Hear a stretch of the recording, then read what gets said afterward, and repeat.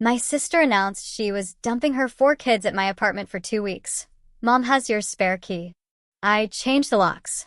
There's a special kind of shock, a deep, icy betrayal that hits you when you realize your own mother has your spare key, not for emergencies, but to sneak your sister's kids into your home without a word to you.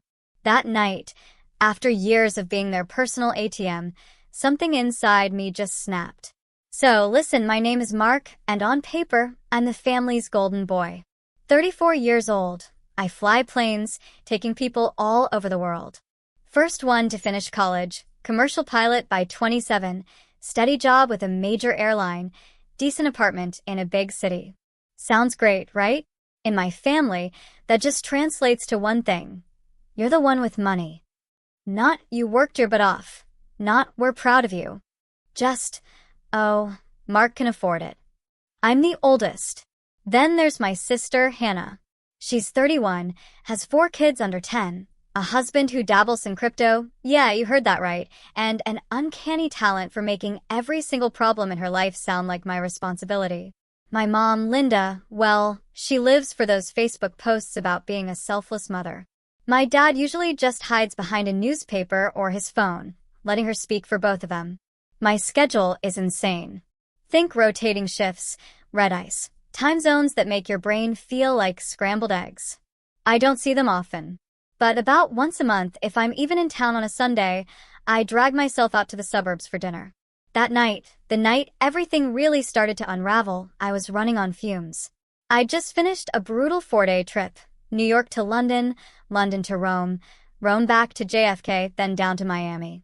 Delays, turbulence, a screaming drunk in row 18. I'd slept maybe 6 hours in 2 days.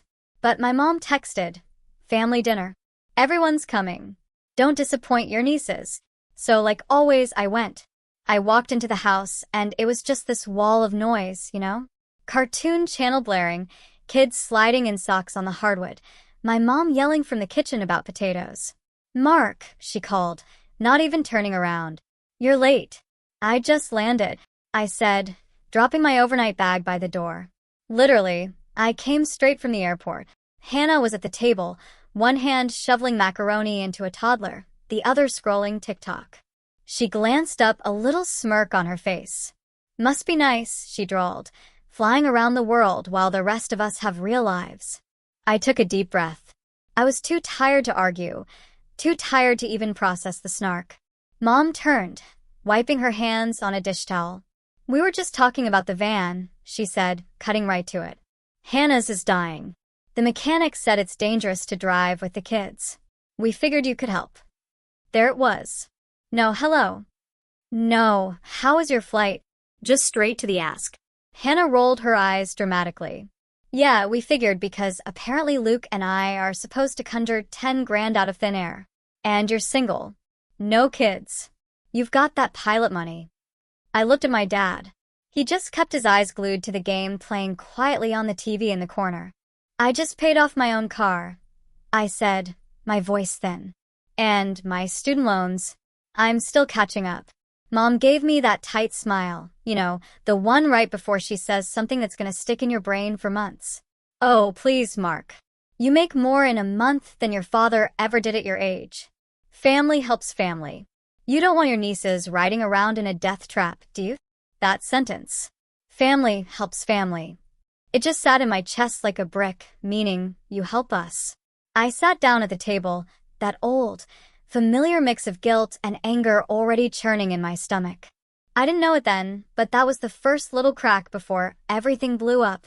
Now, Hannah didn't always have 4 kids and a dying van. When we were younger, she was the princess. Not in a bratty way at first, just protected.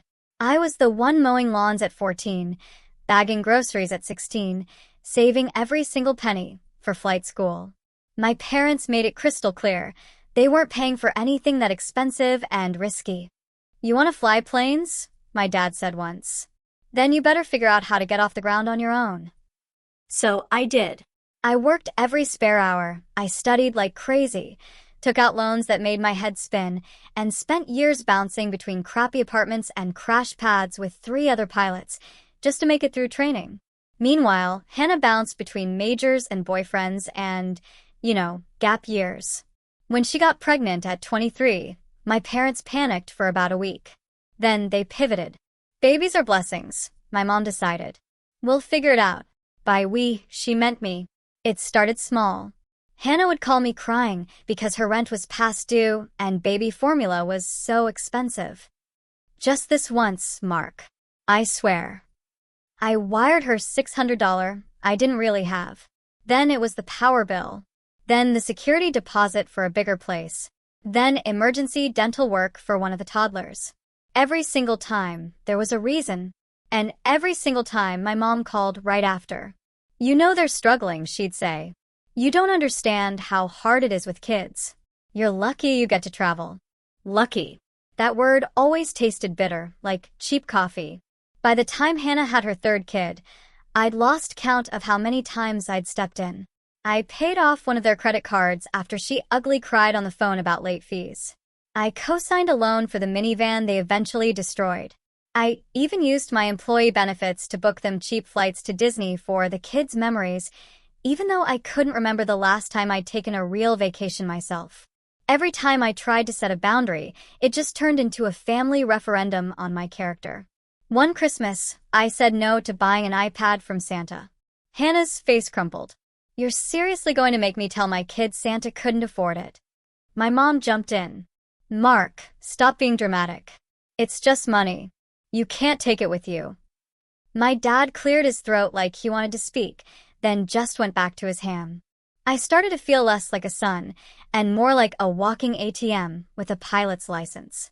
The thing about flying is, from the outside, it looks glamorous, right? People think layovers mean sightseeing and cocktails. In reality, it's dragging your wheeled suitcase through airports at 4 a.m., eating sad sandwiches alone in hotel rooms, and waking up not sure what country you're in. On my rare days off, I was exhausted. I needed quiet. I needed sleep. Instead, my phone never stopped buzzing. Uncle Mark, can you watch the kids Saturday so Luke and I can have date night? Hey bro, any hotel points you're not using? There's this resort. Can you cover the difference on this car seat? The safe ones are so expensive. If I didn't answer fast enough, the group chat would light up. Family. Mom. Mark. Hannah.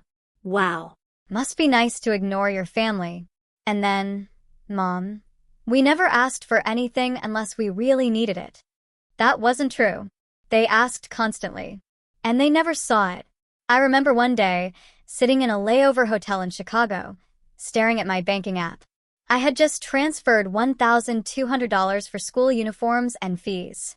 My savings account looked thin, impossibly thin for someone who worked as much as I did. I did the math. Over the last 5 years, I'd given them enough to buy that van twice. Enough to put a down payment on a small house. Enough to have taken myself on a vacation that wasn't just sleeping in a different bed between flights. Instead, I had Hannah's text from the week before. Honestly, you should be grateful. We give your life meaning. Without us, you'd just be some lonely guy in a cockpit. I didn't respond to that one. The resentment just built slowly, like a flight that keeps getting delayed in 20-minute increments. You stay at the gate because surely this delay will be the last one. The final straw came on a Tuesday night. I was finally home after another run of back-to-back flights. I'd showered, eaten cheap takeout on my couch, and was half asleep on top of the covers with some random documentary playing in the background. My phone buzzed at 11:02 p.m. It was Hannah. Your apartment is closer to the airport, she texted. Dropping off the kids for 2 weeks. Luke surprised me with Bora Bora. I stared at the screen, trying to convince myself I misread it. Asterisk 2 weeks? No warning. Asterisk I scrolled up, looking for any previous message about this trip. Nothing. I typed, what? Then 3 dots. Her reply came fast, like she'd already prepared it. We fly out tomorrow afternoon. This is literally the only time we can go. You'll be fine. Kids love you. My heart started pounding. I looked around my one-bedroom place. Tiny couch, 1 bathroom, 0 kid-proofing. I pictured 4 small humans tearing through my stuff while I tried to sleep between flights. And get this, I wasn't even going to be in town for most of those 2 weeks. My schedule was already set. Long-haul flights, multiple overnights. I typed, "I can't. I'm working. I won't even be here." Her reply landed like a punch. "Mom has your spare key. She's letting us in. We'll drop them at your place on the way to the airport. Don't make this a thing." My stomach dropped. They had already decided. I looked at that line. "Mom has your spare key." And something in me just went cold. I realized in that moment my own home wasn't really mine in their heads. It was just another resource. Another thing they could use. I put my phone down. For the first time in years, I didn't immediately start thinking of how to make it work. Instead, I felt this strange, sharp calm. I picked the phone up again and actually smiled at my reflection in the black screen. Then, I scrolled to the number for my building's front desk. "Front desk? This is Miguel." "Hey, it's Mark in 14B, I said. My voice sounded weirdly steady, even though my heart was pounding out of my chest. "I need to ask you something about the locks." There was a pause. "Sure, Mr. Collins. Everything okay?" "Not yet," I said. "But it will be." I explained quickly that I needed my locks rekeyed first thing in the morning. That under no circumstances was anyone to be let into my apartment without me physically present. Not my mom. Not my sister. Not family. No one. Miguel was quiet for a beat. "Got it," he said finally. "We can have maintenance there at 8. And I'll make a note for all doormen. No access without you." "Thank you," I said. I hesitated, then added, "My mom may show up saying I approved it." I didn't. He chuckled softly. "We see that a lot. Don't worry, we'll follow your instructions." After I hung up, the adrenaline hit. My hands shook. My phone buzzed again. "Mom." "Hannah told me you're being difficult." Before I could respond, she called. I answered.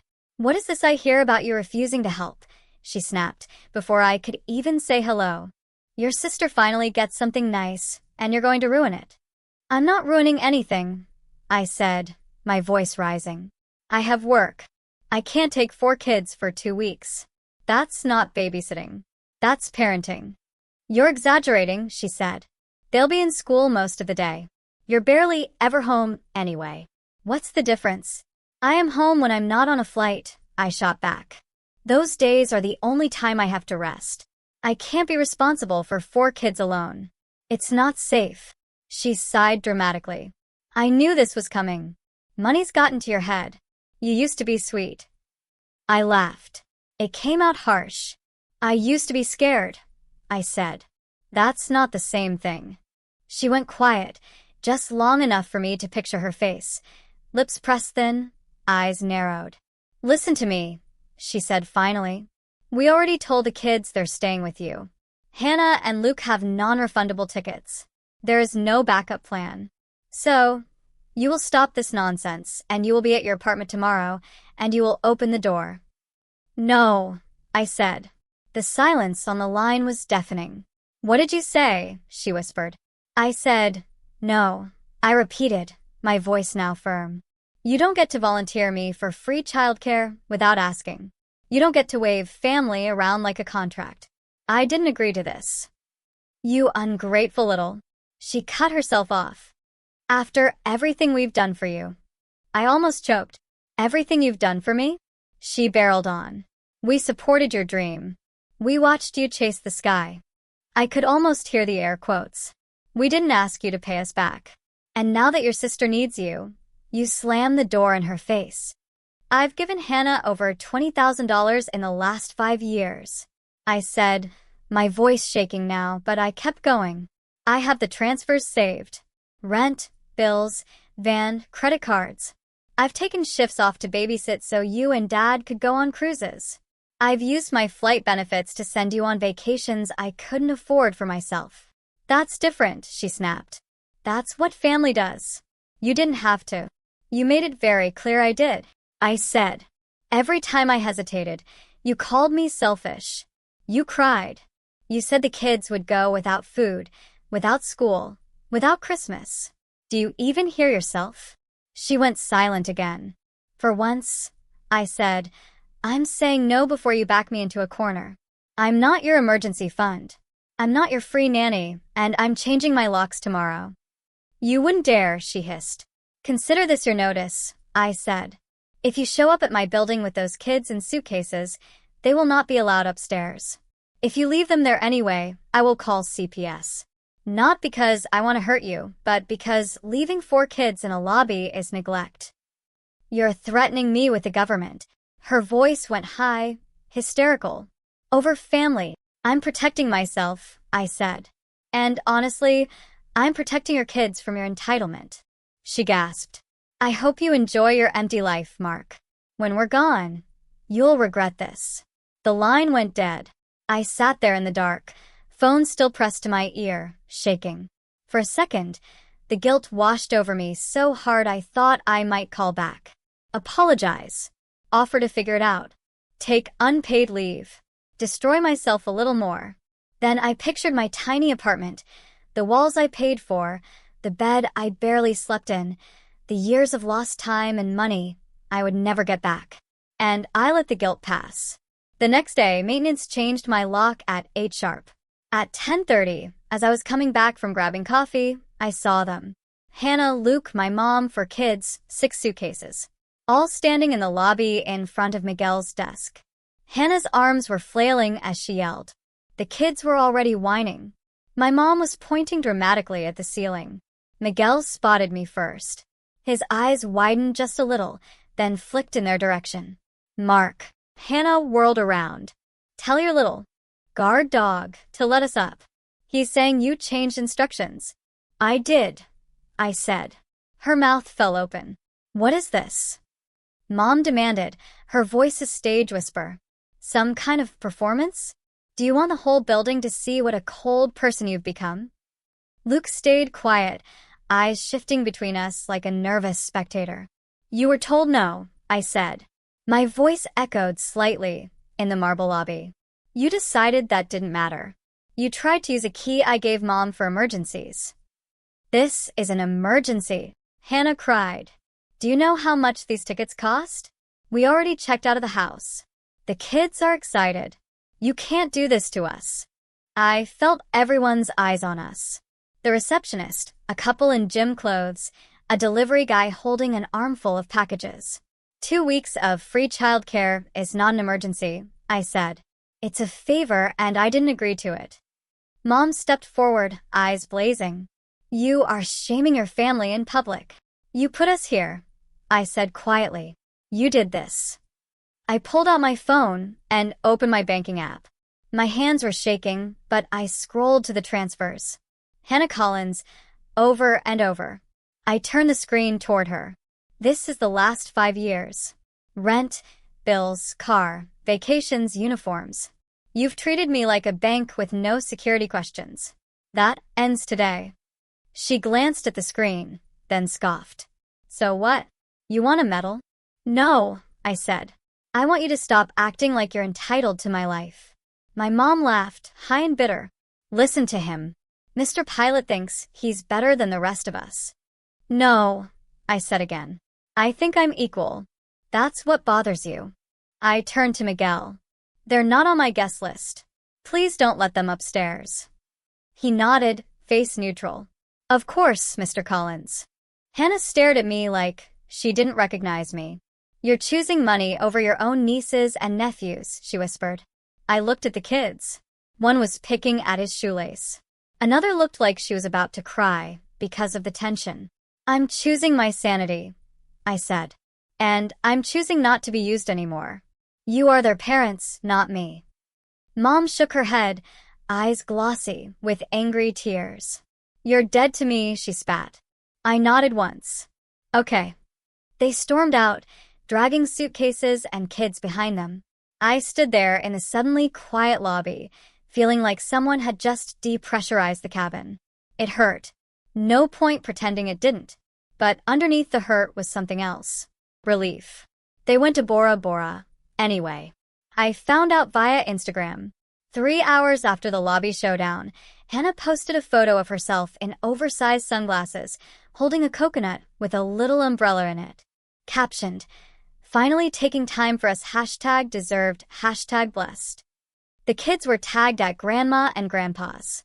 So much for no backup plan. I stared at the screen, then laughed. Not because it was funny, but because of how predictable it was. My mom texted me that night. "You humiliated us," she wrote. "Your father is furious. The kids are confused. I hope your empty apartment keeps you warm at night." I put my phone on Do Not Disturb. The next few days were weirdly quiet.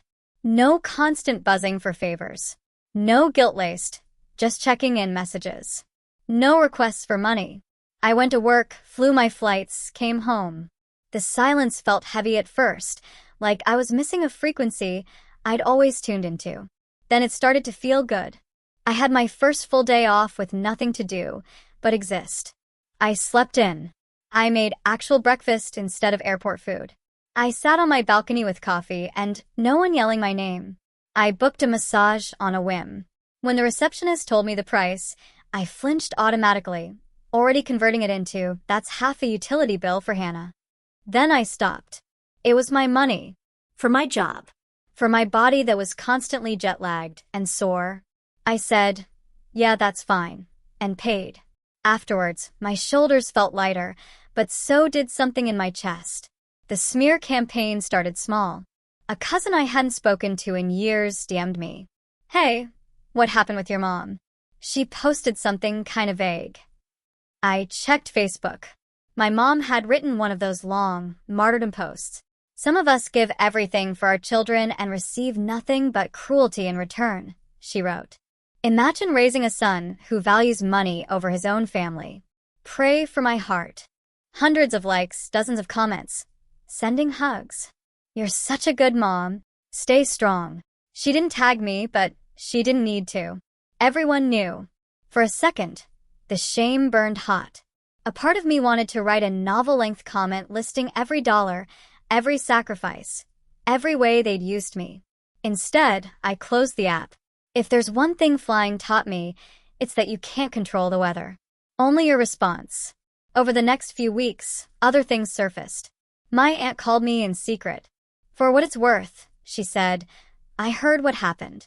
Your mom made it sound like you dumped 4 kids on the sidewalk, but then she let slip that she and your father watched them anyway." She paused. "You know, she's been bragging for years that Mark will take care of us when we're old, right?" "I figured," I said. "You did the right thing," she said quietly. "I wish I'd done it sooner with my own kids. We talked longer than we had in years." By the end of the call, she admitted she'd been slipping her own adult son money for years and felt totally trapped. "Seeing you say no," she said, "it made me think maybe I'm allowed to stop, too." Huh. I started therapy. I'd been meaning to for ages, always telling myself I'd do it when my schedule calmed down, which was a joke. I found a therapist who worked online between flights. The first session, I told her about the van, the money, the hallway scene, the Bora Bora trip. She leaned back and said, "You know this is parentification, right? They've been treating you like a third parent and financial safety net since you were a teenager." I shrugged. "Isn't that just being the oldest?" "No," she said. "It's being exploited." She gave me words I hadn't had: boundaries, enmeshment, financial abuse. It felt dramatic at first, but the more I talked, the more the pieces clicked into place. At home, small changes added up. I canceled the automatic transfer I'd set up to Hannah every month, just in case. I closed the joint emergency credit card my mom had for the kids.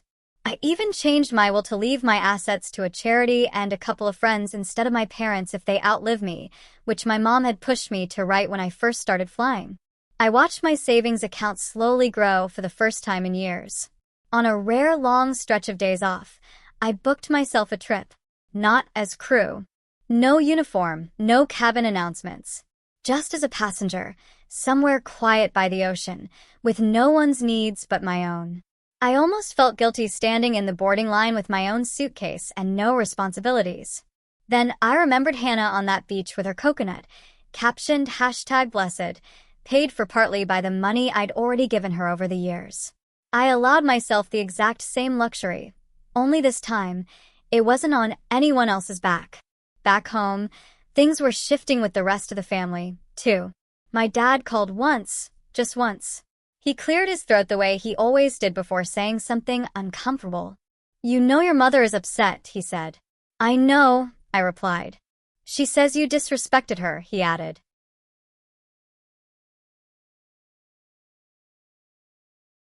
And Hannah. I waited. Then he surprised me. I also know how much you've helped them, he said quietly. I've seen your name on their bank statements more than once. Silence. I should have said something sooner, he admitted. I didn't. That's on me. I didn't know what to do with that. I'm trying, he added, sounding old all of a sudden. I don't agree with how that Bora Bora thing went. It wasn't right. It wasn't a full apology. It didn't erase anything. But it was the first time in my entire life my father had acknowledged the dynamic at all. Thanks for saying that. I managed. He didn't push me to make peace. He didn't tell me to apologize. He just let the line sit there, gentler than usual. I hope you're taking care of yourself up there, he said before hanging up. I am, I said. And for once, it was true. Hannah stayed quiet. No texts, no calls, no happy birthday, even though I knew she'd seen the notification on Facebook. Then one day, about 6 months later, my phone buzzed with her name. Hannah. Hey, just that. I stared at it for a long time. Then another bubble appeared. I'm not asking for money, she wrote. I exhaled. Didn't realize I'd been holding my breath.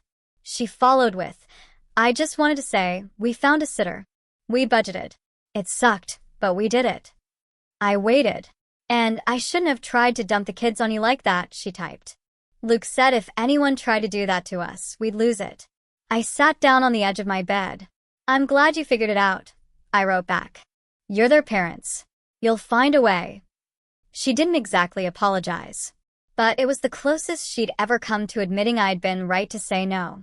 We didn't suddenly become best friends. I didn't start wiring her money again. But the tone had shifted from you owe us to something more level. I realized then that me saying no hadn't destroyed them. It had forced them to finally grow up a little. And it had forced me to finally live my life like it belonged to me. Sometimes on red-eye flights, I still hear my mom say, "You're dead to me," and my own calm, "Okay." I was scared that moment would haunt me, but therapy made it clear. I didn't end my family. I ended my role as their wallet. Now things are distant, but quiet. Hannah handles her own bills, and the spare key is finally mine again. I'm still their son, but now I fly my own plane, and I get to choose where my time and money land.